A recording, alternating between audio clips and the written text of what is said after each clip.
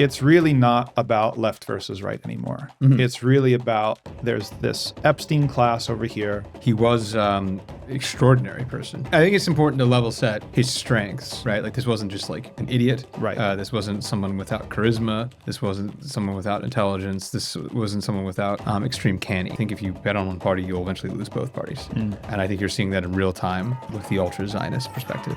It is the intelligence angle and the aspect of the level of involvement with either CIA or the Mossad. Invading countries, we'll try to do it through CIA, covert ops, special forces. Yeah. When a ceasefire was made in January, it was extremely optimistic. That there would have been more enforcement mechanisms in that. The Israelis broke it in March, and as they always have. And there wasn't punishment. A lot of what we do abroad actually ends up coming home. Rabbi in Minnesota recently spoke to Christians. He said, quote, you guys are worshiping one Jew. He's talking about Jesus. That's the mistake because you should be worshiping us all. And these things that are now coming to light, every accusation made against us is like a confession on their part. The way we treat foreigners is increasingly the way we treat Americans sometimes. Absolutely. A great deal of the anti-Muslim and anti-Islamic sentiment is actually a coordinated propaganda campaign by Israel and its allies, UAE, in order to justify violence.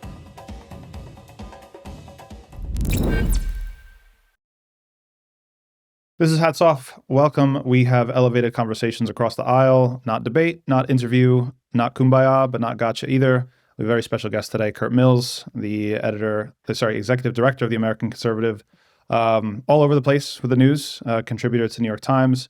Thanks so much for joining us today. Thank you for having me. Yeah. So we recently had your colleague, Andrew Day, on the podcast, and even though it's been only a few weeks, a lot has happened. So I want to give you an option. I've got 3 cards in my hand, and you get to choose what we talk about first. 1, something that's happened since our conversation with Andrew. Epstein files have dropped, even more of them. A lot of juicy information there. 2, we have a deal with Iran on the table. Netanyahu is currently coming to the U.S., presumably to sabotage that deal in some way. 3, we have Alex Preddy was killed by ICE in a very, very disturbing fashion. Which would you like to start with? I think Epstein. Okay, let's go to Epstein files. Let's just open-ended main takeaways from this latest batch that dropped. These were the most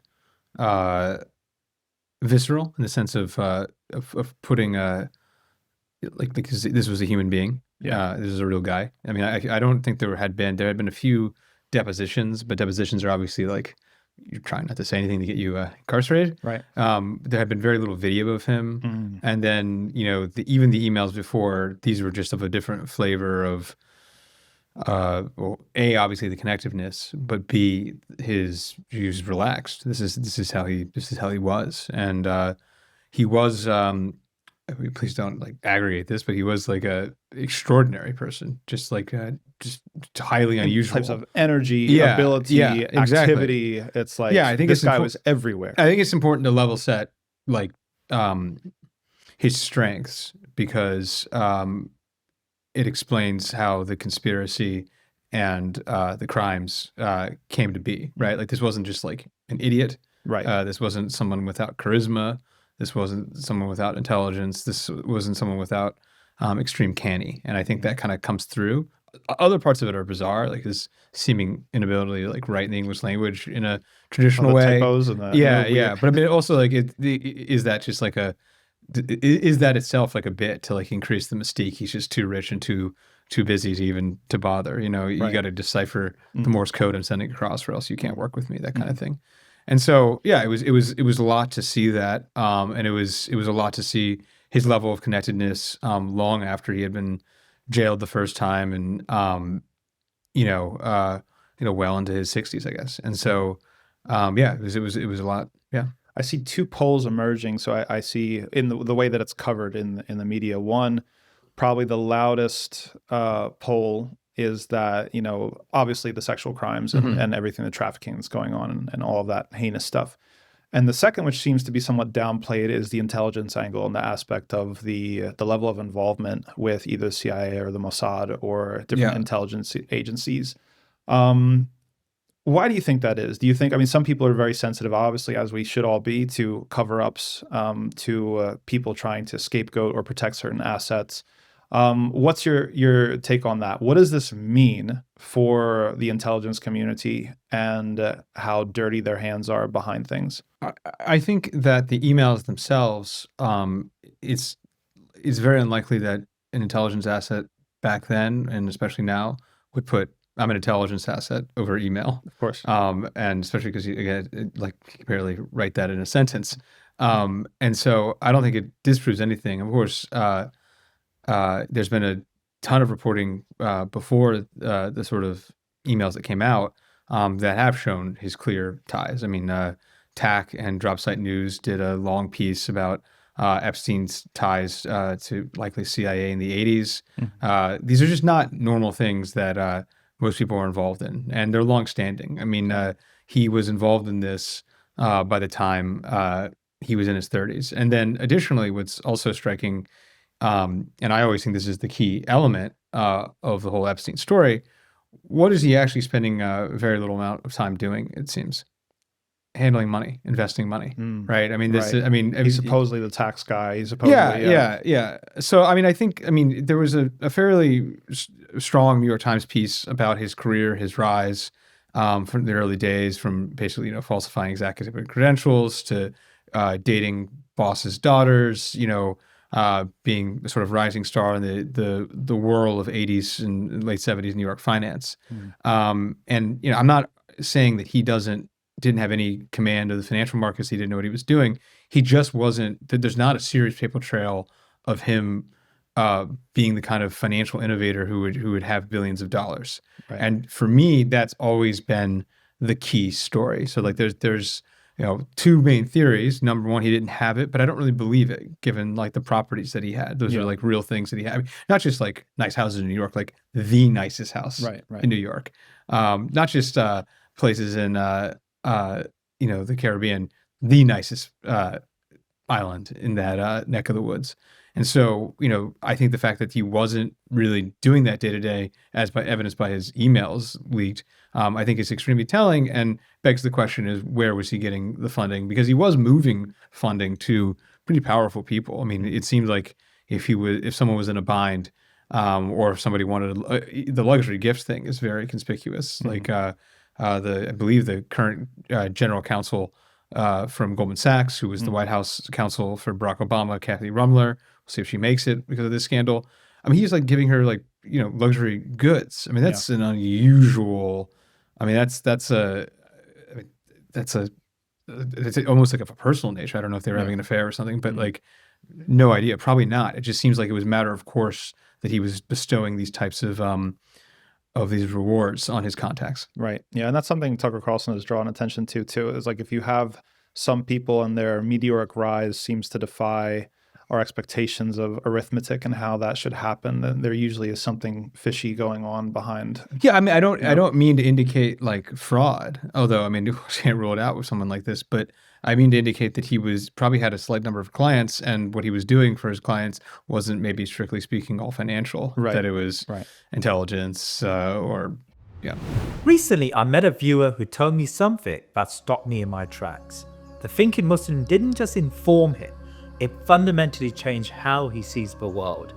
And that wasn't a one-off. A leader of the global Sumud convoy explained that one of our episodes moved him from passive viewing to meaningful action. A young man from Sudan shared that he learned English by listening to the show and is now inspired to serve the Ummah. Madrasas had integrated the podcast into their university curriculum. From day one, The Thinking Muslim was never meant to be just another podcast. It was built on a simple conviction that our Ummah deserves media rooted in faith, justice, and intellectual seriousness.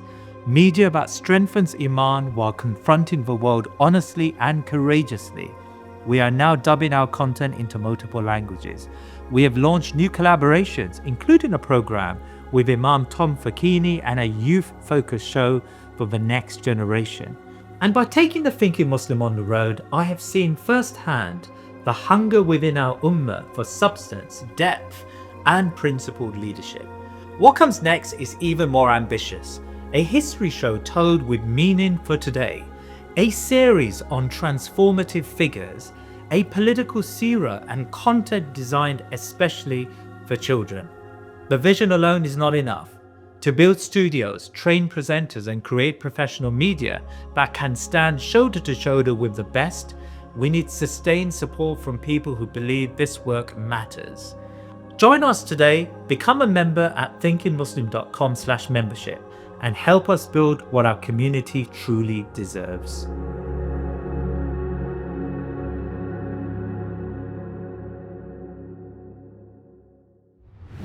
One of the things that's you mentioned some of the people who are caught up in this scandal, and that's another obvious angle from everything. Everybody is maybe tongue-in-cheek saying, I was declared safe, the latest Epstein release. It's like I was marked safe, like my name didn't appear. Some people doing that. I saw someone said that no one, Joe Biden wasn't in this. Yeah. Another vindication for the 46th president. Or something. Yes. So there's something, humorous, but also not humorous. Right.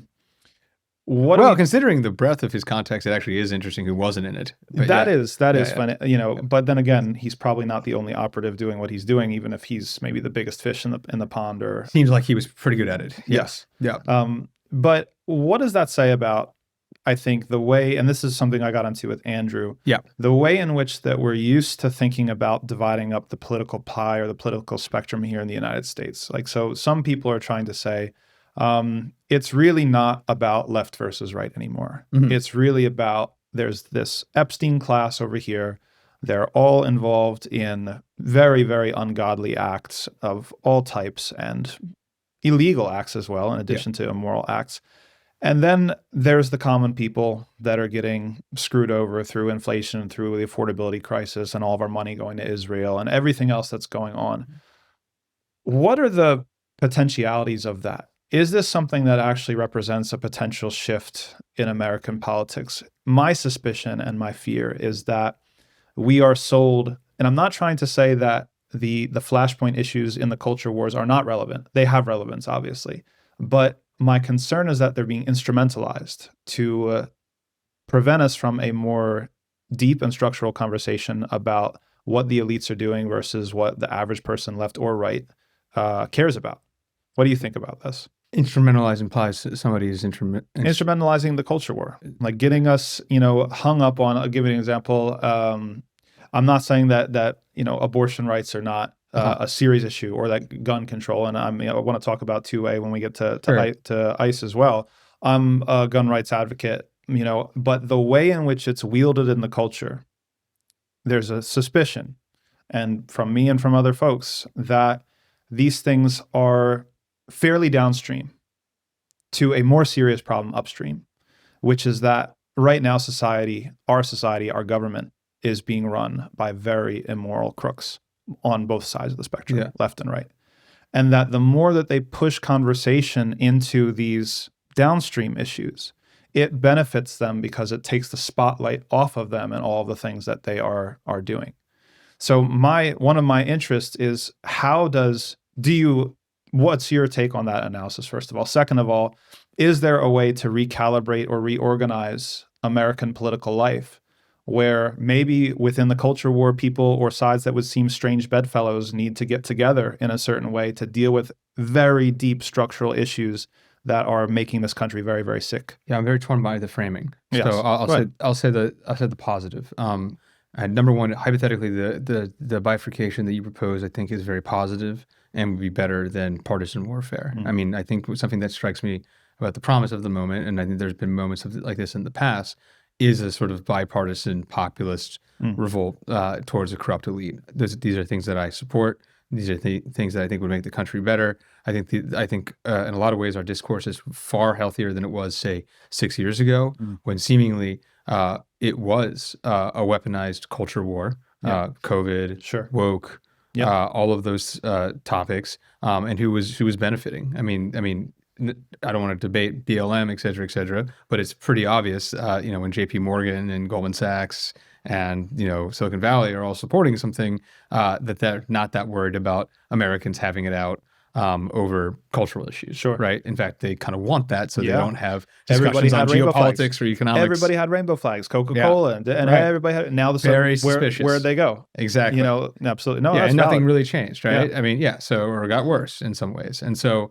I think that is an improvement, and I think my only hesitancy to the framing is I do think the Epstein story shows the other end of the world, which is that in some ways nobody's in charge, right? And I think this is a disturbing answer that people kind of don't like to hear, because the problem with conspiracy theories is it implies this hyper competent elite. Sure. And I think in some ways you see the incompetence of the elite in the emails. Yes. And you also see that they kind of don't know each other. Thus the importance of a social broker like Epstein. I mean, there's this. I mean, it's occasionally memified, but there's the old George Carlin joke that it's all a big club and you're not in it. Yeah. I think it's false. I think that's actually not my experience. Knowing some of these people and reporting on them, they're often quite apprehensive and suspicious of each other. They're very paranoid, and I think Epstein, and he abused this opportunity, but he also leveraged it, created a safe space for financial transactions, for licentiousness, for an almost bawdy humor, and ultimately darkness. But I think Epstein himself shows that there is a space for entrepreneurs within the elite to do this type of thing. That's fascinating. I think I would just hesitate. You don't want the populist energy to be co-opted. For the energy of a mob. Yes. That merely replaces certain members of a corrupt elite and replaces it with something even worse. Absolutely. No, that's a very, very valid perspective. And I want to pick on that a little bit and try to push it even further. So that's interesting. I haven't heard too many people give that take, but it does ring true, the incompetence, especially as I think more and more people are paying attention. So the first question that comes to my mind, to what do we attribute that vacuum? If let's say that our level of civics, well, Andrew and I got into a conversation about civics and what civics in America should look like, especially with immigration and whatnot. If we assume that civic participation is at an all-time low, which perhaps it is, something is responsible for a vacuum in which the Epsteins of the world crawled in and whatever.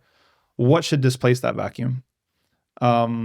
What should exist, and do people need to take a more proactive role, average citizens, in order to make sure that vacuum doesn't exist in the first place? Do things like our entertainment culture and being entertained to death, and do these take away from the ability for the average citizen to actually participate? We're talking affordability crisis as well. What are all the factors that are involved in preventing something that would displace that void that then is filled by an Epstein type?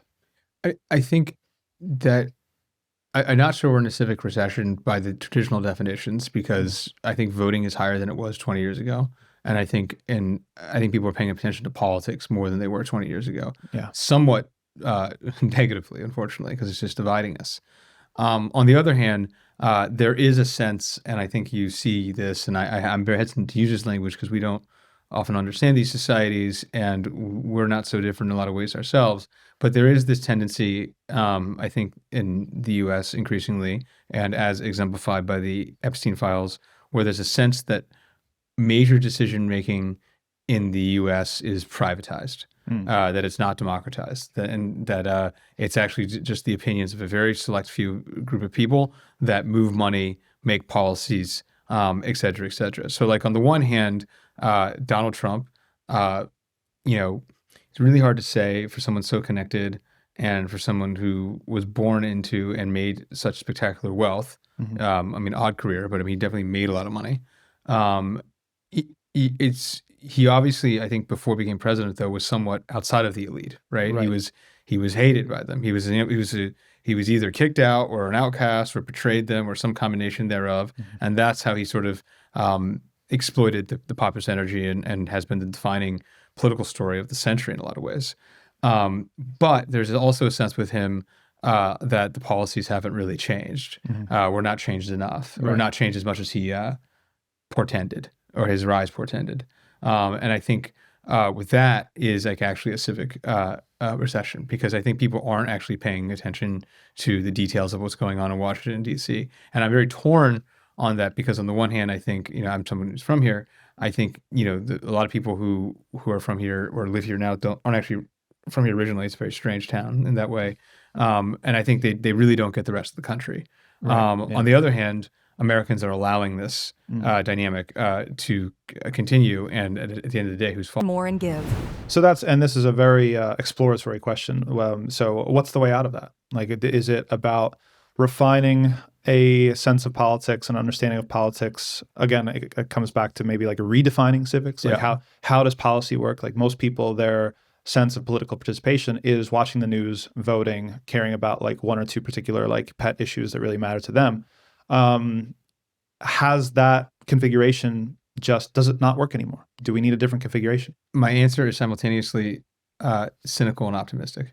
I think a lot of this stuff is actually gerontocratic, and the very slow turnover in power, money, fame, that is sort of unprecedented in human history that's going on right now for a variety. And some of it's, look, I want people to live as long as they can, or as long as they want to, all of these sorts of things. But it is putting in amber a generation, the baby boomers, that I don't think it was by design, but it was by happenstance that they've really had like a 50-year run. Yeah. And that's not healthy. And I think when that changes, I think a lot of these problems actually will be solved. And there's a lot of stories on Epstein, but like the big story, I feel like, is a baby boomer elite, and a very baby boomer story. It's sort of working class New York background, made a ton of money in finance, had a number of connections, American dream in a lot of ways. But then you see with him also the dark side of the American dream. And I think that's why it's a fascinating story. That is very interesting. So there's lots of other things to talk about. I don't want to beat a dead horse here, but what if you could give us one characteristic that would differentiate or distinguish a post-boomer politics? Like what are some of the, you say that you anticipate, or let's say we can hope that some of the issues get resolved.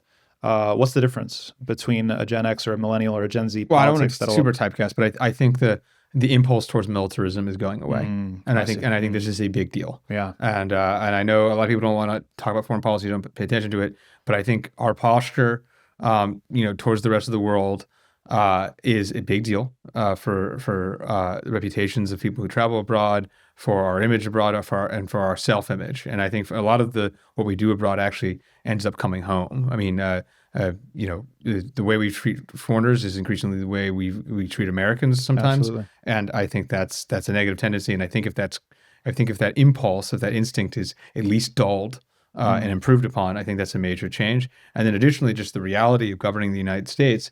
A lot of people can talk a big game. If a governor becomes the next president, someone like Newsom or whatever, they can say they want to do all these different things, but the reality is the United States is really hard to govern domestically. Its problems are really entrenched. Ask Barack Obama. I mean, he basically put through a mediocre healthcare plan, and it took most of his political capital to do so. And in a lot of ways, it hasn't solved the problem. I think most people would concede. Yeah. It's sure a hell of a lot easier to just focus on foreign affairs because the president has imperial carte blanche, and more or less. And I think within that system, if there's a commander in chief that wanted to, that had more realistic appraisal of what the U.S. can and cannot do abroad, and is more focused on the medium to long term, like I think our rivals, the Chinese, are, I think we would see improvements. And I do think it is really just a baby boomer thing to do this militarism. And I think it's very tied into, a lot of ways people's political, not all people, but I think most people's political senses are kind of made in their teens, 20s, and 30s. And that their story was, like Carter-esque weakness, right? Reagan comes in, the Soviet Union dissolves, kumbaya, never mind, the debt that we started tacking on there, the financialization that we started using in the 80s. Never mind what it actually is like to live in Eastern Europe today, and in some ways it's worse than it was before the fall of the Berlin Wall. But there's this mind that force and a muscular foreign policy solves all these problems, and it's very embedded, I think, in the people whose politics were marinated in the 80s. Yeah, that's fascinating. Now, I'm not used to hearing the intergenerational angle, and that I can go all day on that. Unfortunately, there's limits to any lens. Of course, but it's an important additional lens. And since you've opened up, I think, the door to segue to foreign policy, let's talk about Iran. Yeah. So what's at stake here? What's real and what's fake? What's going on? It seems like there's a potential deal on the horizon. Netanyahu, we're shooting this on a Monday. 2 days from now, Netanyahu's supposed to come to town, presumably to try to sabotage the deal, just because as a very long-standing politician, that's kind of like his pattern of behavior. We know him. And it's cartoonishly brazen. Yeah, and he is cartoonishly brazen, and so he's one thing he is predictable, and that's what we expect. So I know, I believe some other folks from the American Conservative were talking about the Iran test and how this puts Trump in a situation where he basically is going to have to make a choice where it's going to be U.S. interests or Israeli interests. And do you have predictions? What is at stake here? Well, I have probably been a little more optimistic on this than the felt sense. The felt sense, I think, has been, really since the Maduro raid, really since the Iran protests, that Trump was going to hit them again and hit them pretty hard, and that the Iranians were going to respond with all of their force this time, and it could get really, really bad. I have been a little, I think it's very useful to make that the level set base case scenario at this point, considering what happened last June, the failures of the previous negotiations. I think it is extremely incumbent on people who advocate realism and restraint here to not get their hopes up too much.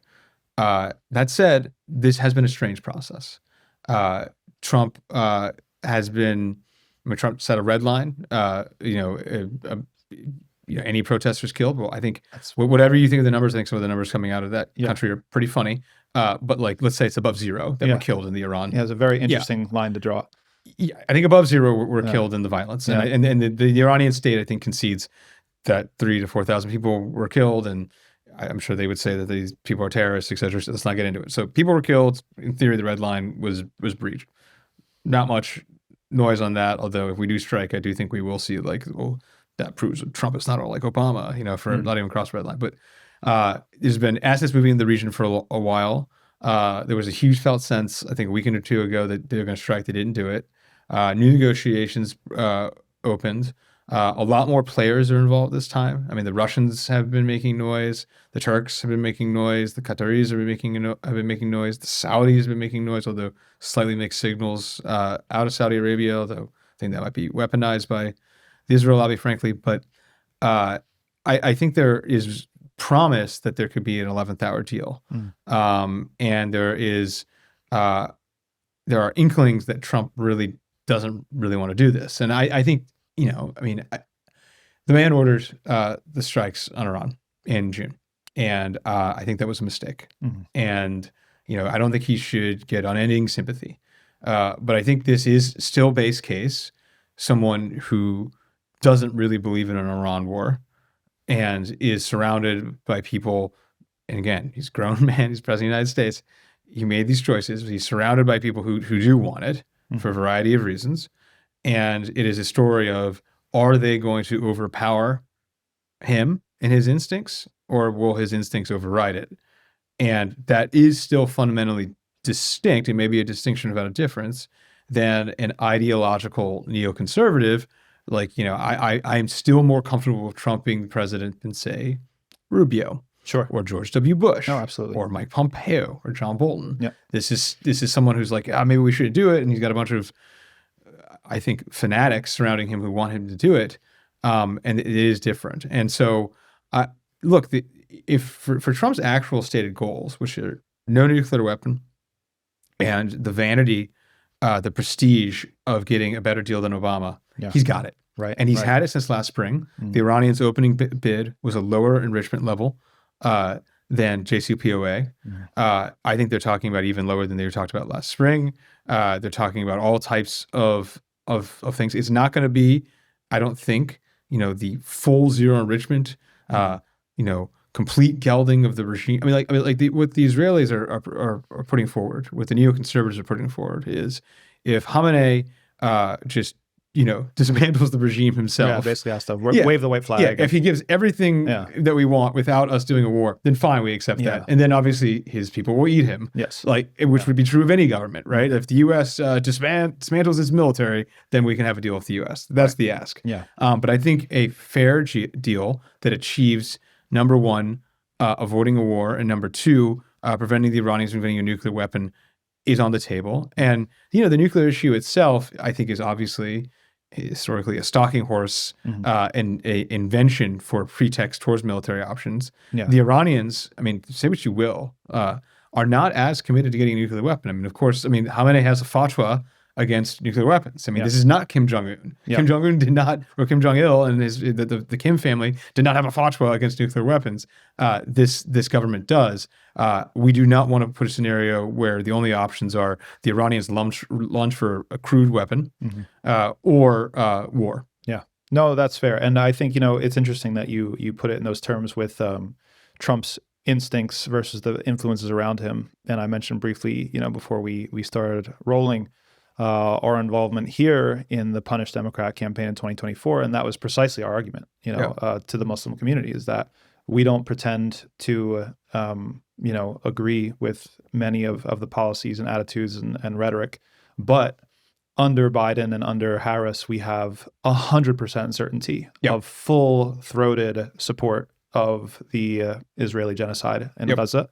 And with Trump, we have maybe 99.5% or 99% or whatever percent. It's a little better than that. At that point. It has, in defense of the administration, it has been, I believe, less lethal under Trump, the Israel thing. Granted, the other argument is that, they did most of the killing that they could do in the Biden years. But I think folks within the community hoped that when a ceasefire was made in January, it was extremely optimistic. That there would have been more enforcement mechanisms in that. And the Israelis broke it in March, and as they always have. And there wasn't punishment. Yeah, exactly, I agree. because we know how, again, Israel is a very predictable actor. Yes, they break their agreements. They do these things. They're constantly pushing the envelope to get the maximum that they can always get in every single deal.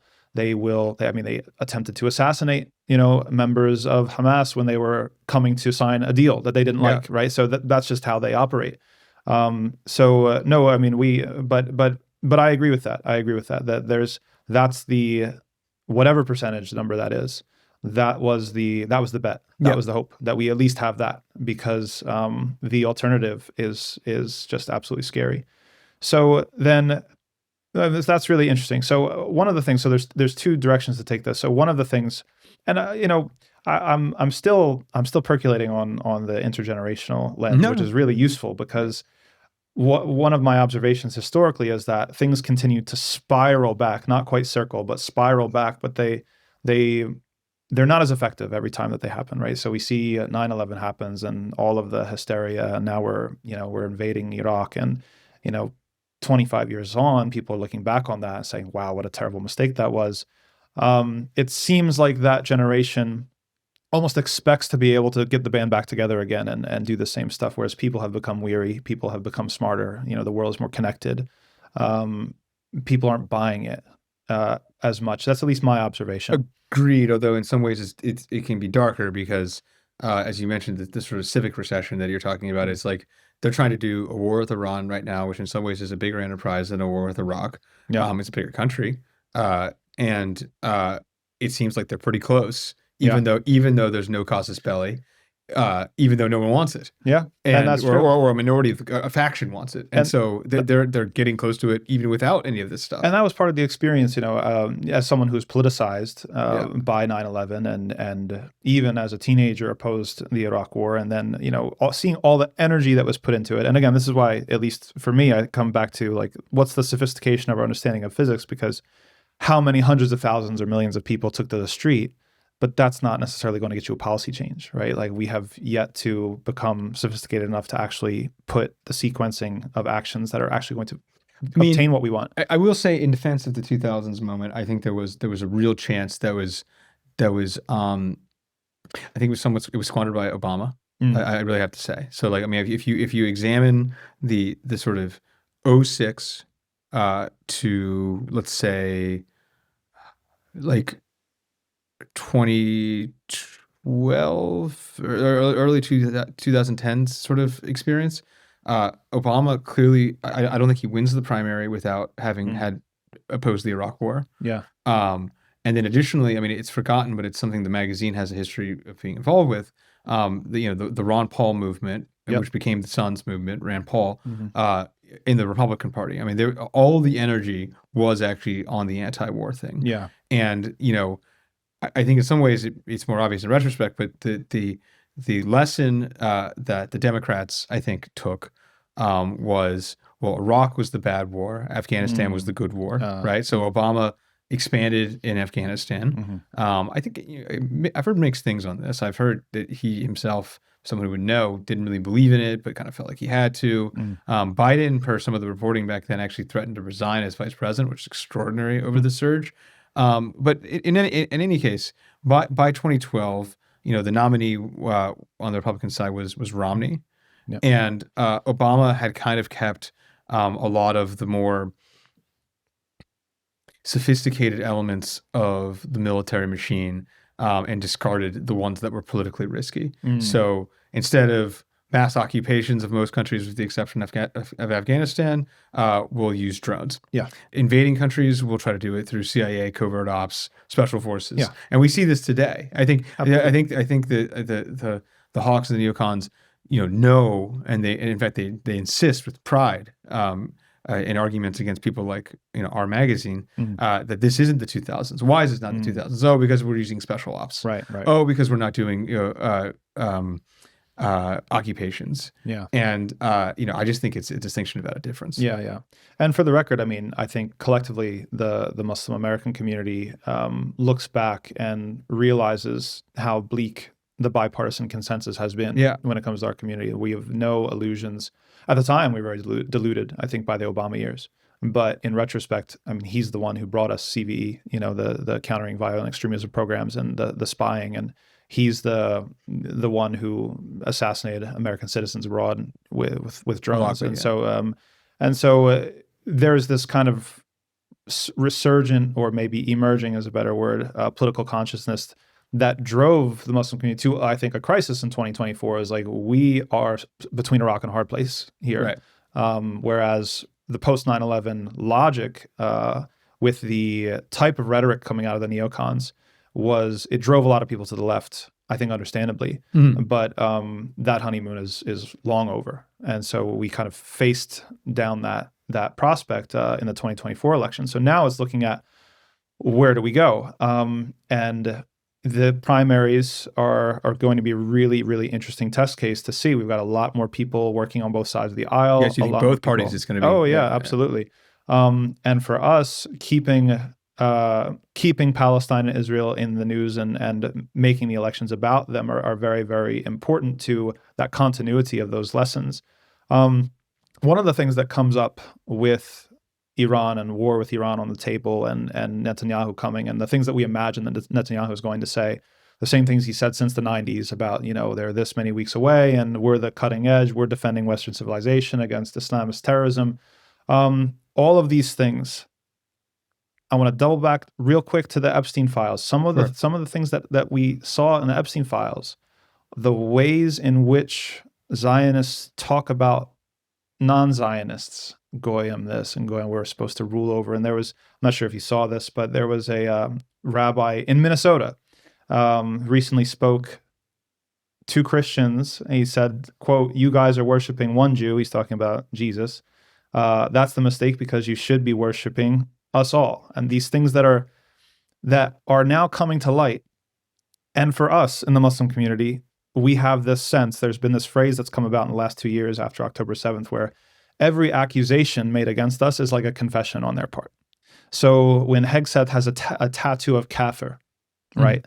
And this is supposed to mean within the imaginary of Western civilization, this sort of The Crusader tattoo. yeah, it's a Crusader tattoo. It's some sort of civilizational conflict Right. between Christianity and Islam. Where's the Goyim tattoo? That's the question that we like. Where's that energy for that type of? Because in our closed circles, when we talk about, even if we talk about a non-Muslim or a kafir, we're not talking about we're going to enslave everybody and they should be worshiping us. We're not having, but that's what we're accused of, and that's what provides the Iran and the Iran connection is that's what provides the legitimizing discourse or the excuse, the pretext for a lot of this military intervention. Sure. No, I mean, I think Iran and the sort of, I mean, even though it's comical for anyone who knows any details of the region, but I think Iran in the conception for too many Americans is, basically the final boss of radical Islam, right? And and I think that's how they are able to marshal the support that they are in the public. So the question is, how much of anti-Muslim or anti-Islamic sentiment, and I purposely avoid the term Islamophobia because I don't like the term. I don't think it's I don't think it was well thought through on our part. First of all, because it copies homophobia, and I disagree with that framing. And second, because it doesn't do the exact work that we're looking at doing. It's not a phobia. We're not afraid, or we're not trying to criticize people who don't like us. Right.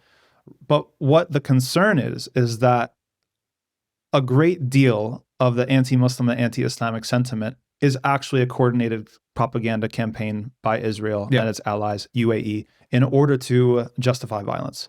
So the question is, like, how much is Israel and these other forces behind that? How much of this is just complete propaganda? And what do you think is and should be the role of Muslims in the United States politically? At all these, I know it's kind of a curveball question, but all of what we've been through as a community and being the scapegoat and being the bad guy and being the number one sort of public enemy that serves as this endless justification for forever wars and whatnot. We seem to be on a precipice. It seems to me that we're almost at an era that is post that, and people are waking up to.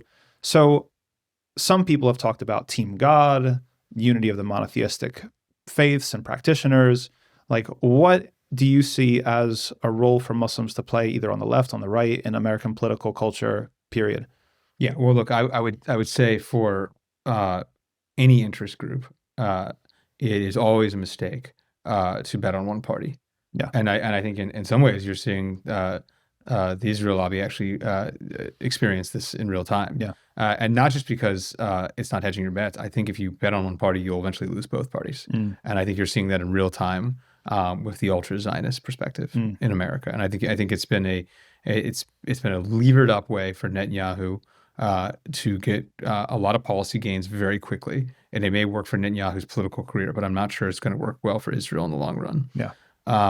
So that would be counsel number one to the American Muslim community, or everybody. I think when Muslims were basically monolithically democratic, they were assumed they have nowhere else to go. Yeah, and I think that was a major mistake of the Biden and then Harris campaigns.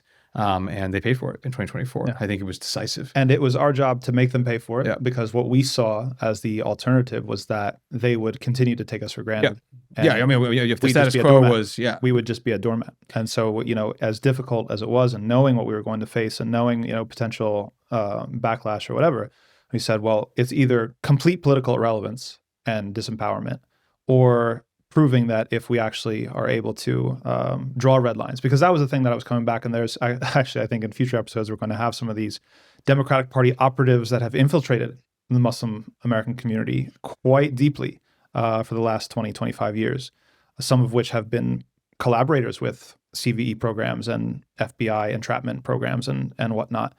The question we kept on asking them was, just tell me the point at which you're going to walk away from the Democratic Party. I just want to know, like, what has to happen in which you would not suggest or dictate that the community go that way. And the people who were either through grant money or interests or careers that were aligned with the Democratic Party, they never had an answer.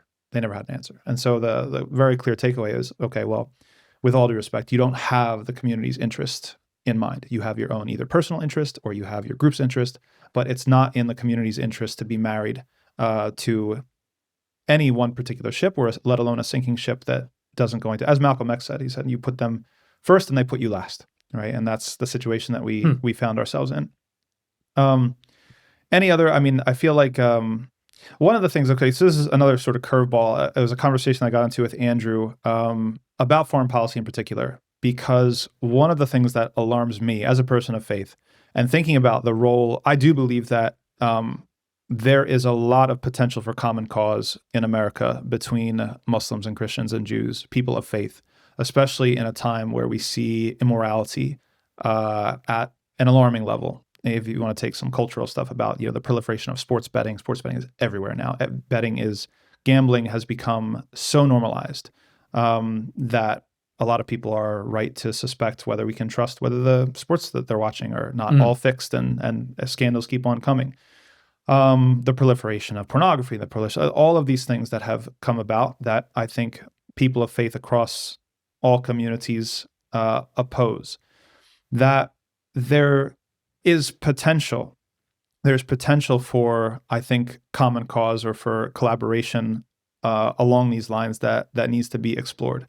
But the difficulty is that as long as these things remain in place, so there's one thing, as long as the Muslims are the boogeyman, okay, that's an obstacle to this sort of thing happening. The second is that I'm concerned that the assumption of realism within politics that we talk about, and even in foreign policy, we talk a lot about scenarios, talk a lot about power, talk about interests, but I don't hear anyone talking about God.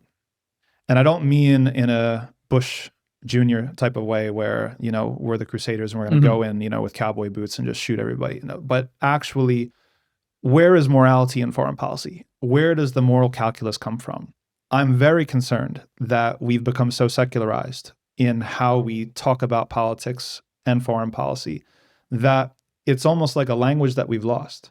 Would God approve of what we're doing? Like, that's like a fundamental question to me that I think people of all faith have to ask themselves. Would God approve of what America is doing at a foreign policy level?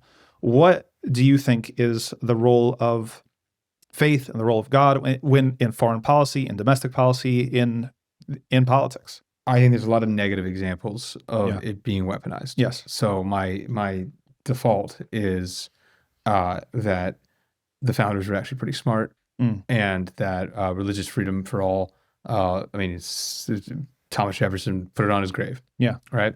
And I think, as one of our co-founders said, Jefferson's the greatest American, and Washington's the greatest president. Jefferson's the greatest American, and I think that should be a pretty high bar, because I think the chances of its weaponization are potentially greater than its chances of intelligent synthesis put into policy. That all being said, I do think America obviously has this enormous Christian heritage and inheritance, and very plainly, our foreign policy and the way we talk about it is pretty unchristian. Yeah, and I think that is worth observing and being called out for. Yeah. No, that's fair. And I think the only, I take the first point seriously. There's an argument to be said that, there's no such thing as no philosophy. It's either good philosophy or bad philosophy. And I think that also rings true for moral concerns and even religion. So I agree that there has to be, obviously, and this country is founded, you could say, on attempting to establish those guardrails as to what can enter and what can't enter, and how does it not become supremacist? I think they were pretty smart guys. It's boring. It's not voguish. But I think the template put down by the founders, and boring bog standard observation. Famously, Jefferson known to Quran. Washington's letter to the Hebrew congregation. I think that's all very smart stuff and should be remembered. And most countries don't have that inheritance, and we do. And this is why I think it's curious, if I may answer a question that you raised before we didn't get to. this sort of imported, fake, artificial, alleged conflicts that we have to be involved in that are basically very ahistoric. The Crusader stuff. I mean, this country was founded by people fleeing the insane Christian religious wars in Europe, right? The people in the 18th and 19th century weren't thinking about classes of civilizations with Islam. They probably weren't thinking about Islam at all. Probably not. Right? Yeah. And the idea that there's this massive grudge match that the U.S. needs to settle with the Arab or the Muslim world, or the Arab and Muslim worlds, I think is totally artificial. And I know you wanted to talk about the ICE thing, and we may not agree on everything on it, but it's something that is, I think, pretty fascinating. And I observed it. I observed it on another podcast. Look, I mean, the country obviously has an illegal immigration problem. No one really knows, but estimates range from 10, 15 to 40 million illegal immigrants in this country. Why all the emphasis on Somalians in Minnesota? Right. And what percentage of illegal immigrants in the United States are Muslim? I'm going to guess very, very small. Right. Our immigration issues actually aren't the same as Europe's. Yeah. Our cultural issues are different than Europe's. And the idea is to make it some sort of artificial one civilization, the West, from San Francisco to Jerusalem. I mean, A, would have been very curious to people dying in European wars be told that they were part of one civilization. B, curious to the founders who had fled Europe, or their families had fled Europe. But C, it's just fake. It's false. Yeah. No, most people writing history, they're actually writing about the present, but they're using the past to forge it. I actually had co-authored an Islamic history book this past year. That's actually one of the things we go into. Many of the, people like, Edward Gibb and these historians that were kind of the high watermark of the civilizational recasting of the West versus Islam. There's a lot of interesting things that are left out. The Ottoman Empire had very interesting relationships with the Queen of England and the German Protestant states, and they were actually. It's really funny because Vienna, right, is supposed to be the last advance of the Ottomans, and where Christian Europe fended them off, but the Ottomans were actually invited to intervene by Protestants in Eastern Europe that were afraid that if the Habsburgs took over, that it would be no more religious tolerance, which is what I wanted to say about the interesting thing. And I do take your point very well about, the way in which this country is set up and the inheritance of it ideologically and trying to create space for different faiths. The First Amendment is the cornerstone of the Constitution. And we live in a time where we see the importance of that, the essential nature of the First Amendment, and also the First Amendment under attack. For sure. But also it's not, I wouldn't say it's an exclusive heritage of the U.S., though there's particularities of the U.S. that if you go before, and there's another interesting part of the conversation I have with Andrew, where I don't pretend to defend the nation states that are across the Muslim world today, but pre-modernity, when you go back to, let's say, the Ottoman millet system and there were other ways of ordering society that did extend dignity and for sure. And face. That's why I'm not a neocon. I don't. Yes. I think two things can be true at once. You can be pro-America, and I think it's a good project on balance, and also think that we should not try to export our way of life at the point of the gun. Right. Yeah, and so I'm actually interested in mutual learning that can happen because that you almost have two different models. Agreed. That have achieved something similar, right? When it comes to because the open-ended question, I think for all thinkers, open-ended questions are more productive than yes or no questions or either or questions. So if the open-ended question is how do you manage multiple faith commitments in a society and keep that society cohesive, then anybody who's serious about that question would want to look at different models and see the pros and cons and see maybe, we set it up this way and it worked as intended up until this point, but now we're dealing with this dilemma. How do we continue to protect that overall ethic? And that's also why, again, it's like, some people could say, well, one of my favorite comments on videos I do is, well, why don't you go to the Muslim world? I'm American. I'm a Muslim, but I'm American. This is my home. I don't know any other home.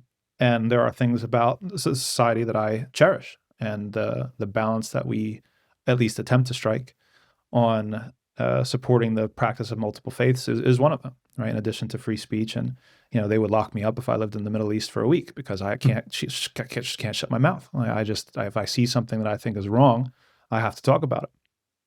We did say, okay, so we segued onto ICE, and that was, I think, the last major thing that we want to talk about.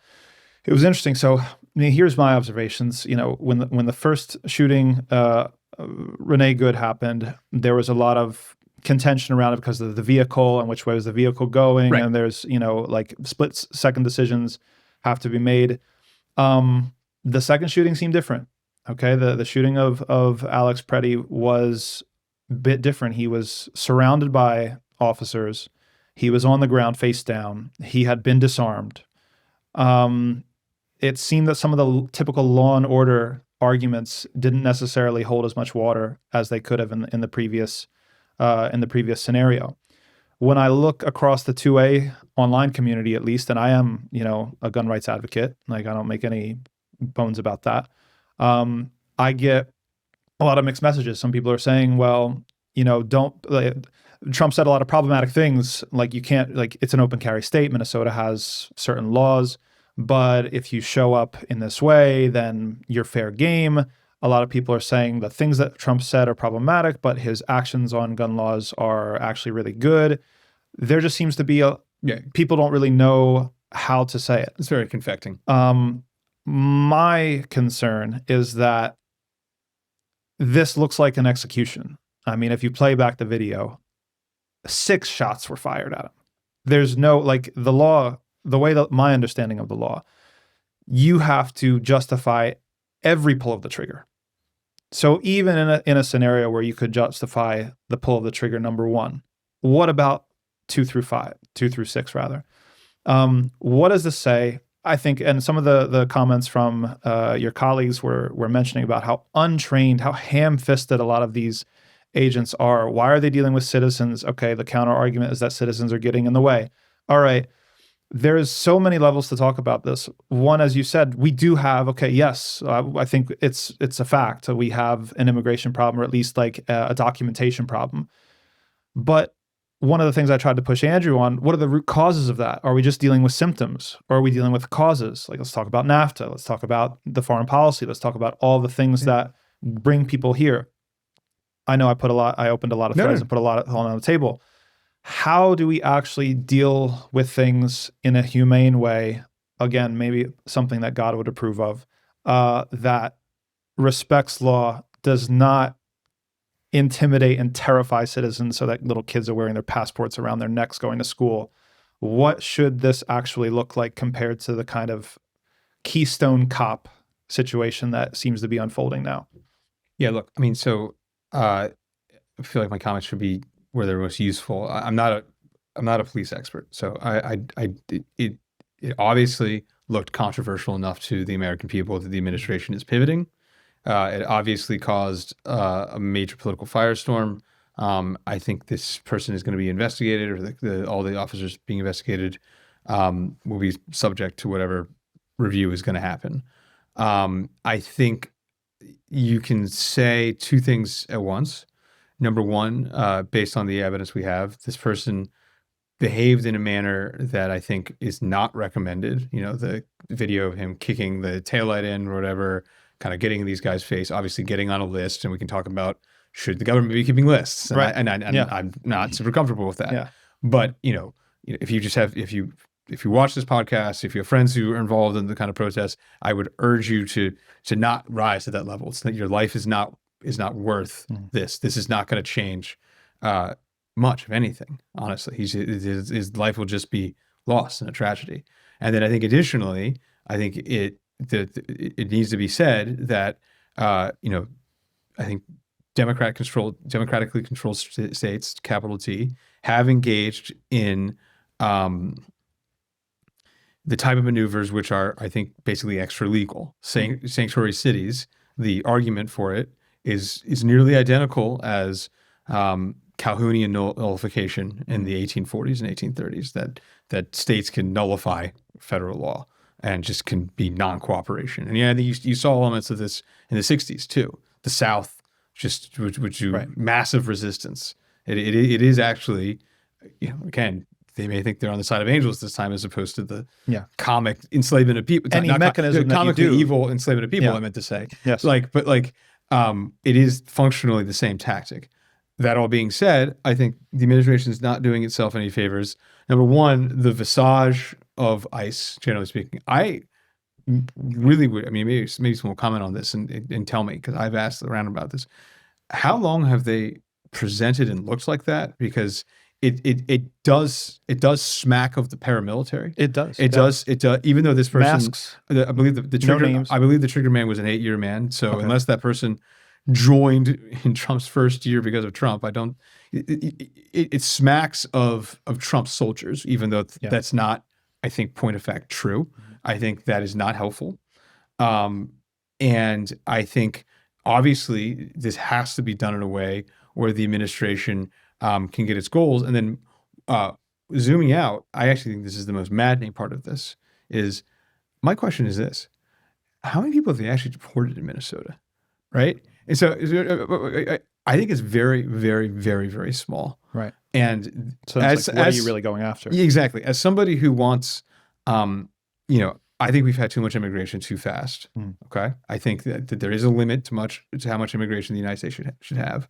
I think, yes, it has an uneven history, but when you look when America took an immigration pause from 1924 to 1964, I know, flawed legislation. There were some racist intents in it. I understand. The country united around itself. It formed a new polity. A lot of these racial differences and religious differences were smoothed over. Much less emphasis on Irish versus English or Catholics versus Protestants by the early 60s. It was all good. If you want to have that sort of arrangement, I think there's a series of steps that you can do and maintain the political will for it. My concern, and I've articulated this elsewhere, is that elements of the administration effectively want to run a theater state. Now, It's not a theater state for Mr. Preddy and for Miss Good. They're dead. I get what you mean. But they want to rile up the culture war and have a debate about it. And it's actually kind of a simulacrum of a debate about immigration, because we're not actually, and I know, I have friends in Southern California, and when I bring this up, they get very upset because people have been deported, and it's a real thing. They've been running pretty rough prisons in parts of Latin America. It's a real thing. But the level of deportations is not significantly more than it was under Obama too. Or Biden. Yeah, okay. So my point is, I think it would be very unhelpful if we're having this kind of fake debate about our cultural and religious differences when nothing is even being achieved on the policy. You can disagree with the policy. But if it's fundamentally not even about trying to do a political program, it's a very postmodern nightmare. Yeah. No, that's a good point, and I'm very sympathetic to that take as well. How much of what's going on is theater, and again, yes, as you said, no disrespect to the brutality, because it is brutal, but it's brutal towards what end? It's it's affecting a certain chilling effect or a cause, and people have recorded ICE agents saying, "Haven't you learned from what's happened?" And they're clearly actually calculating that some of the brutality that they're exercising. You think there's a clear calculation on that, or do you think it's just sort of it's post hoc? I think it's post hoc. I don't think that's their justification going into it. But I think after it's happening, they're expecting a certain effect. They're expecting a chilling effect. They don't want protesters. You think that's the plan? I think that is part of it. I don't think that's exclusively what's going on, but I definitely think that that's part of it. And just, it's more than optics to see masked agents with no badge numbers just beating up citizens, in a bubble, theoretically, if they're supposed to be going after undocumented immigrants, that would be one thing. But it is very, very alarming. And I think, as you said, I think the administration has realized how bad it actually looks.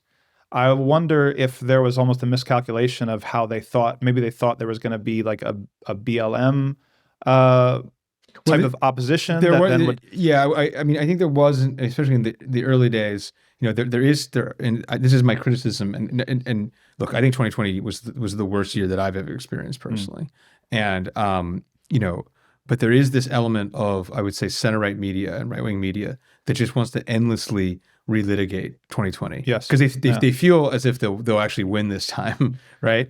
And and they'd rather talk about that than new issues. And look, my actual view is, I think, authorities in this country, I think Fauci is basically a criminal. Yeah. I think a lot of the clampdowns on speech, while maybe not criminal, very un-American.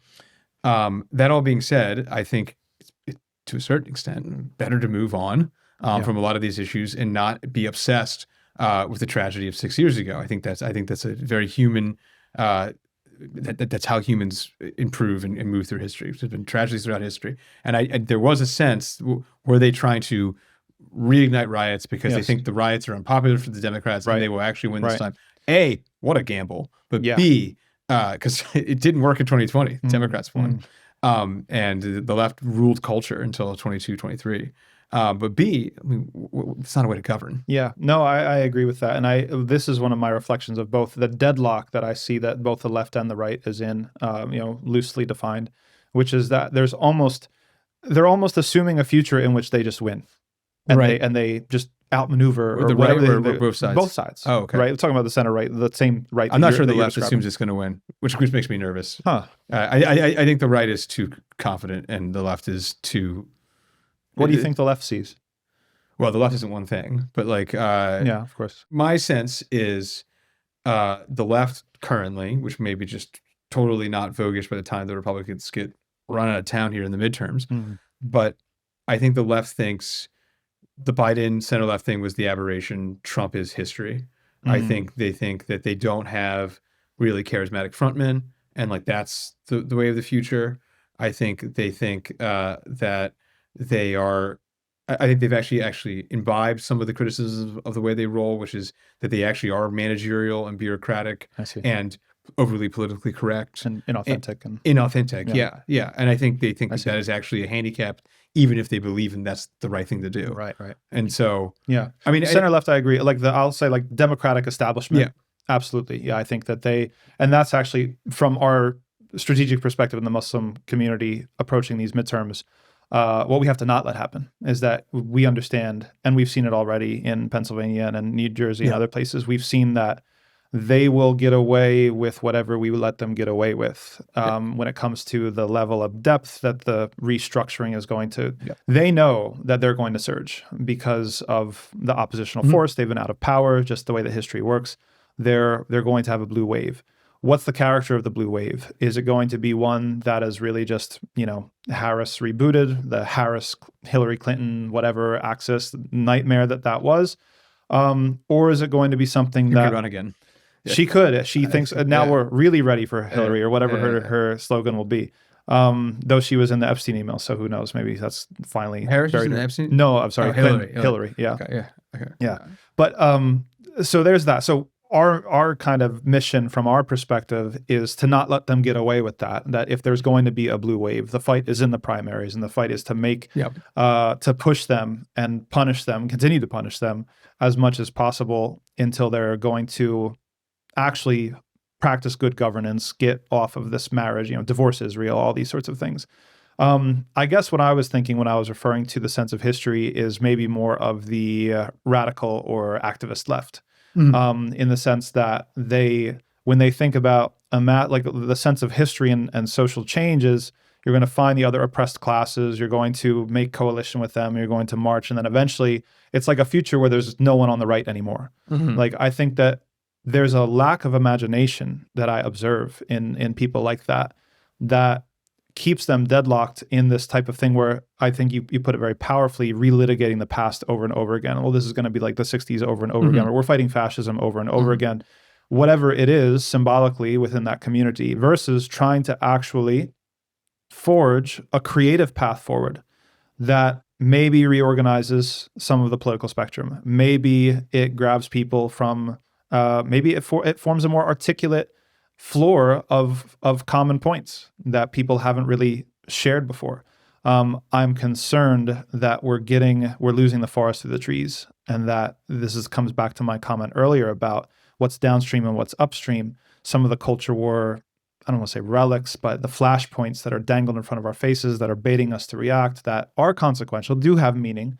but are fairly downstream compared to some of the upstream things of let's have people that aren't pedophiles running society. Like let's have people who aren't, I guess this, my hesitation, and I really don't want to seem, No, I feel don't free. want to, gloss over it. I think if wrongdoing is clearly established by law to have occurred in these cases in Minnesota, that the people responsible should be held to justice. Yeah. I think the social media age tactic of taking one death in isolation in a country of 330 million and then rationing up the culture, because we could just, you can see how it happens right now. Right now, like if you don't support this, then that means you support ICE, and then if you don't support ICE, you're with Israel. I mean, like it's not that far to to see like a world in which it's actually not about this person's death, right? And then to a certain extent, it wasn't about George Floyd's death. He's dead. There wasn't major policing reform in this country. There was some, but there wasn't enormous economic programs for African Americans. Nothing much changed. It was a kayfabe fight that entrenched a lot of the powerful people that you were just alluding to. And that's always, I think, historically the trick is that, and you mentioned co-optation earlier, and that a lot of the symbolic energy that gets mobilized gets co-opted very, very easily. So I guess, this is not anything that really has an end. It's just, my frustration with getting caught in these cul-de-sacs and hoping that we can break free from it. The last thing, on the ICE and on the immigration issue, my observation is I do see a lot of people paying, I would say, disproportionate attention to the symptoms as opposed to the causes. Sure. Like I see people like, again, it's like, yes, we do have a ton of undocumented immigrants that are here. There's valid concerns about that. I think there's valid concerns about, I'm not like necessarily an open borders person. I think like, it makes sense that you want to have some coherent policy on that. But I don't see hardly anything being done about the root causes of the immigration that now, again, has become so entrenched in the culture war. When it comes to, you'll talk to people about NAFTA and they look at you like you have two heads. Like, right. Or the very intentional, and I appreciate your point distinguishing between the US and Europe. It is very, very different. The way in which the US destabilizes society, the way in which we destabilized Iraq, the way in which we destabilized Syria and places in North Africa, my maybe naive assumption is that people want to stay in their homes. Yeah. And that people, all else being equal, base level security, they would not actually want to move across the world and go to the US, Canada, or Europe. But if we're going to be funding this extremist group and then, tearing down this regime or whatever, and then there's very few choices for those people, then it becomes a very appealing option. So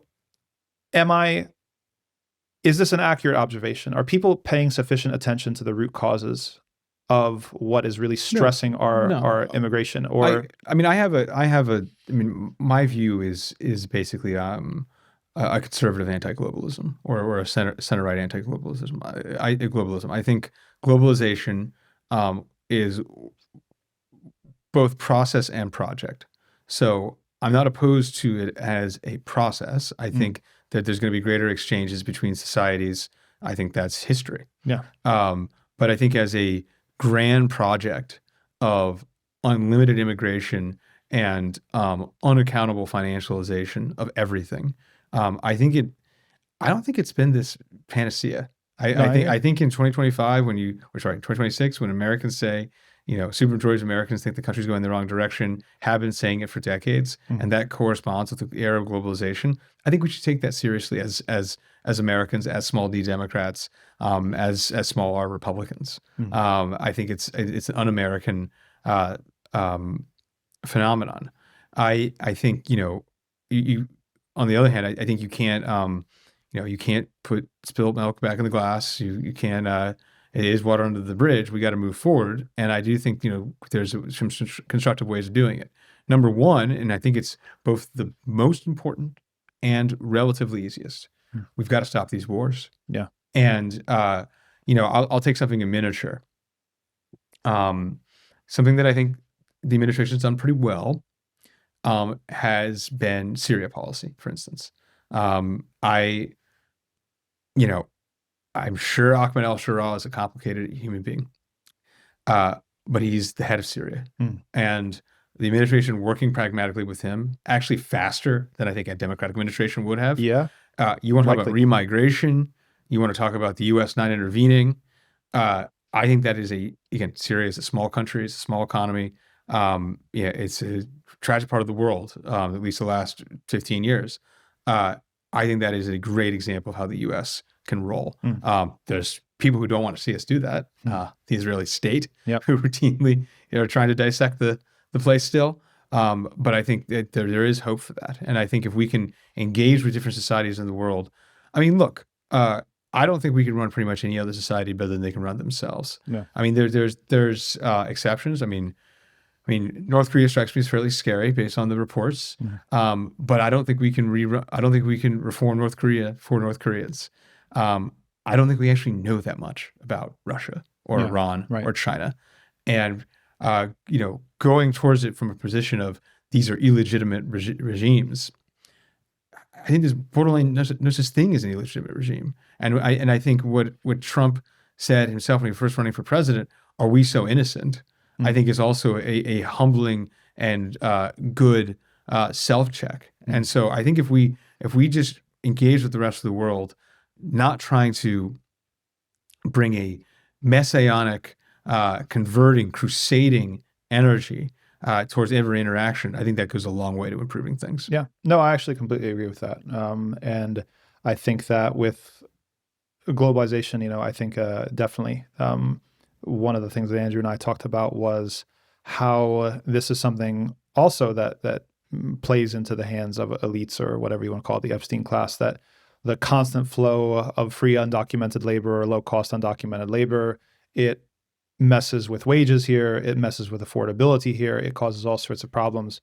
So, my hope is that your perspective will take on much more with other people, because I just see a lot of attention paid to trying to put spilled milk back in the bottle, just cleaning up the immigrants that are here. And I'm not saying that, okay, if people have committed crimes, of course, but I'm a systems guy.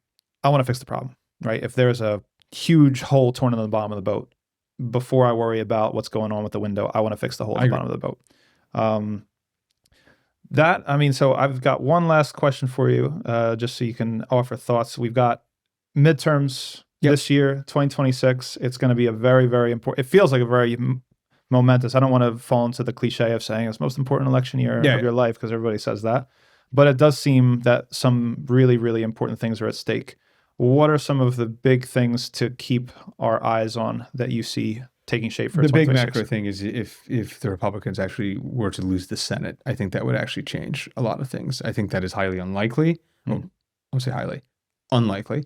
But I think base case they're going to lose the House. I think the House is pretty gone. But I will take the other side of it, that I'm not entirely sure how important it is. I mean, if you recall, the midterms of 2022 were supposed to be this massive red wave. The conventional wisdom is that they weren't, although I think people actually they struggle to read the elections. So the Republicans underperformed in the Senate, and that was very disappointing, especially for Republican efforts in places like Pennsylvania and Georgia and Arizona. But in the fine print, the Republicans won the popular vote. Yeah. And the Republicans then won the popular vote in 2024 for the first time in 2 decades. So, and the first time winning the non-popular vote as a non-incumbent president since 1988. So it had been a generation at that point, by far. So I would just basically look at the popular vote in 26 as the most revealing thing. In a lot of ways, it's sort of depressing. I don't think there's going to be these massive swings in the House. I think the Democrats will take it. But we are very accustomed to the sort of 94, 2006, 2010 huge waves. The gerrymanders are so much more intense. And pox on both houses. Yes, I mean, absolutely. as part of his machine run for president, his gear up for president, I think Newsom just got the Democrats 5 seats in California with this referendum in 25. And look, the Californians can vote for who they want to. I used to live there, love the state, frankly, my favorite state. There are tens of millions of Trump voters in California, and I don't think what California needs is more one-party machine. Right. 45 Democratic representatives as opposed to 35 or whatever they have. Yeah. And so I think that's a pretty ominous maneuver they did. I think Newsom is very savvy. I think it was politically impressive, but I think it was yet again a sort of negative political or policy dynamic for the Republic. Anyone to keep our eyes on when it comes to presidential showdown in 28? Too early? Because Vance is now, I mean, with Peter Thiel coming out, heavy in the Epstein files, a lot of people are saying now, how's that going to tie to Vance? Is it still Vance's to lose on the right? I think JD is the front runner. So Yeah. I think too much bullishness and too much bearishness are wrong for him. I think he's the front runner. I don't think he's the overwhelming front runner.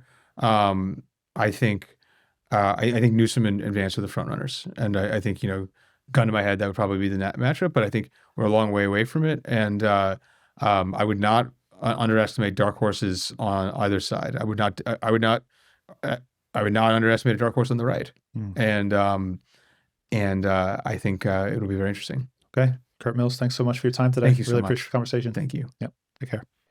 Assalamu alaikum. Now you've reached the end of this show, and the fact that you've stayed until the very end tells me that you truly believe in our work. Please consider making a one-off donation or becoming a member by visiting thinkingmuslim.com/membership. Now your contributions give you exclusive behind-the-scenes access and the ability to ask questions to our guests, and monthly calls with myself, my team, and our guests like Sami Hamdi. Jazakallah khair, and keep us in your du'as.